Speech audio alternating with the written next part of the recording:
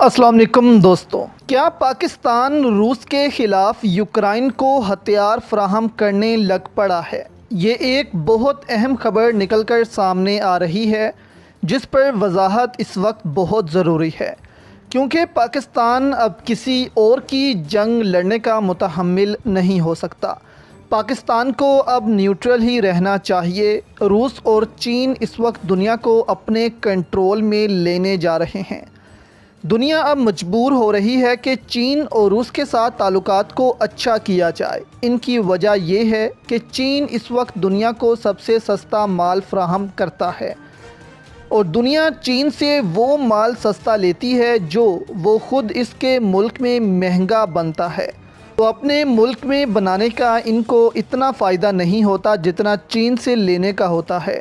اور روس کی بات کی جائے تو روس اس وقت دنیا کو سب سے سستا تیل فراہم کر رہا ہے اور دنیا مجبور ہے کہ روس سے تیل لے۔ اب یورپ پوری دنیا کو تو منع کر رہا ہے کہ روس سے تیل نہ لو، لیکن خود یورپ دھڑا دھڑ تیل خرید رہا ہے روس سے، اور یورپ یہ برداشت نہیں کر سکتا دوستوں کہ روس اس کا تیل بند کر دے، کیونکہ باقی جگہوں سے یورپ کو بہت مہنگا تیل ملے گا۔ اس لیے روس اور چین اس وقت دنیا کی ضرورت بن چکے ہیں، جبکہ امریکہ ایسا کچھ بیچتا نہیں دنیا کو۔ یعنی کہ بیچتا تو بہت کچھ ہے، لیکن یہ نہیں کہ امریکہ کے بنا اب دنیا رہ نہ سکے۔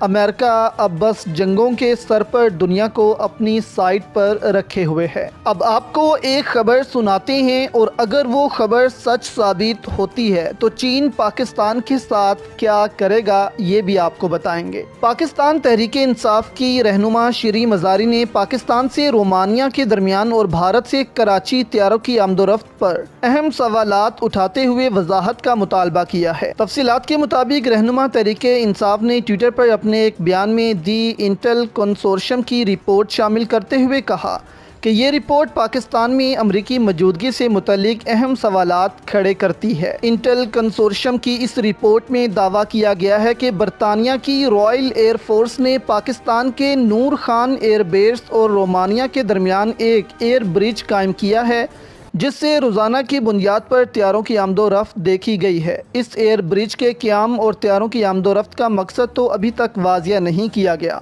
تاہم ادارے کے اندازے کے مطابق یہ ایئر برج جنگی ساز و سامان کی ترسیل کے لیے استعمال ہو رہا ہے۔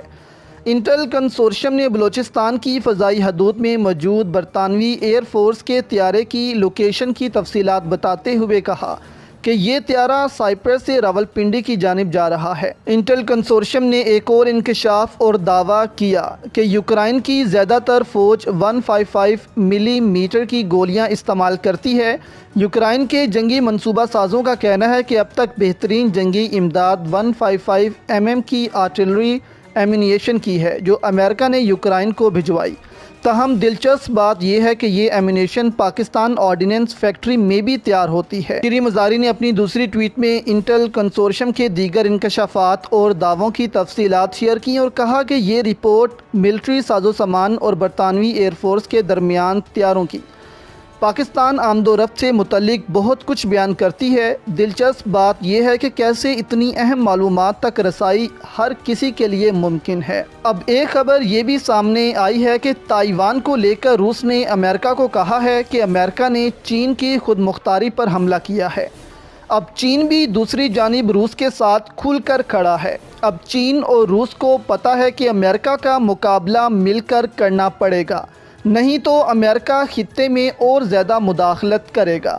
اب اگر یہ خبر سچ نکلی کہ پاکستان یوکرائن کو مدد کر رہا ہے جنگی ساز و سامان بھیج کر، تو چین کو تو پاکستان ہمیشہ کے لیے کھو سکتا ہے، جبکہ روس سے جو تھوڑے بہت تعلقات اچھے ہیں وہ بھی خراب ہو جائیں گے۔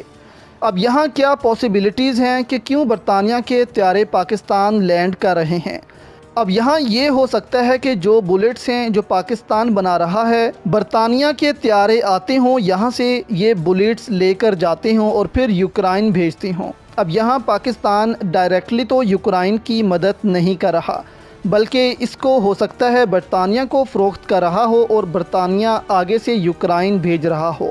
اب یہاں پاکستان یہ کہہ سکتا ہے کہ دیکھیں ہم نے فرینڈلی کنٹری کو یہ سیل کیے ہیں، ہم خود یوکرائن کو عطیہ نہیں کر رہے، یہ سب کچھ برطانیہ ہم سے خرید رہا ہے، اور اب وہ جو مرضی اس کا کرے، ہمیں اس سے کیا۔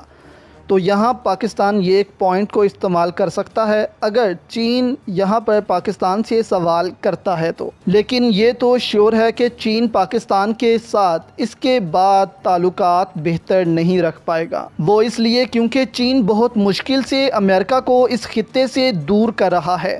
اب پاکستان پھر سے امریکہ کی مدد کرے اور کسی دوسرے کی جنگ میں شامل ہو تو اس سے پاکستان کو ہی نقصان ہو سکتا ہے۔ ویسے بھی اس وقت چین نے پاکستان کی حکومت پر پریشر ڈالنا شروع کر دیا ہے کہ پاکستان کی حکومت امریکہ سے دور رہے۔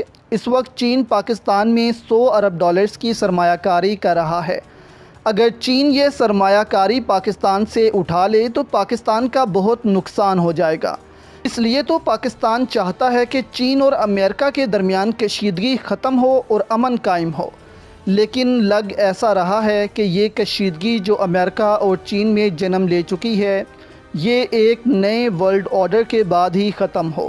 جب تک چین اس دنیا کی سپر پاور نہیں بن جاتا، تب تک چین امریکہ کا پیچھا اب نہیں چھوڑے گا، اور امریکہ کوشش کرے گا کہ کسی طرح چین کو اس دنیا کی سپر پاور بننے سے روکا جائے۔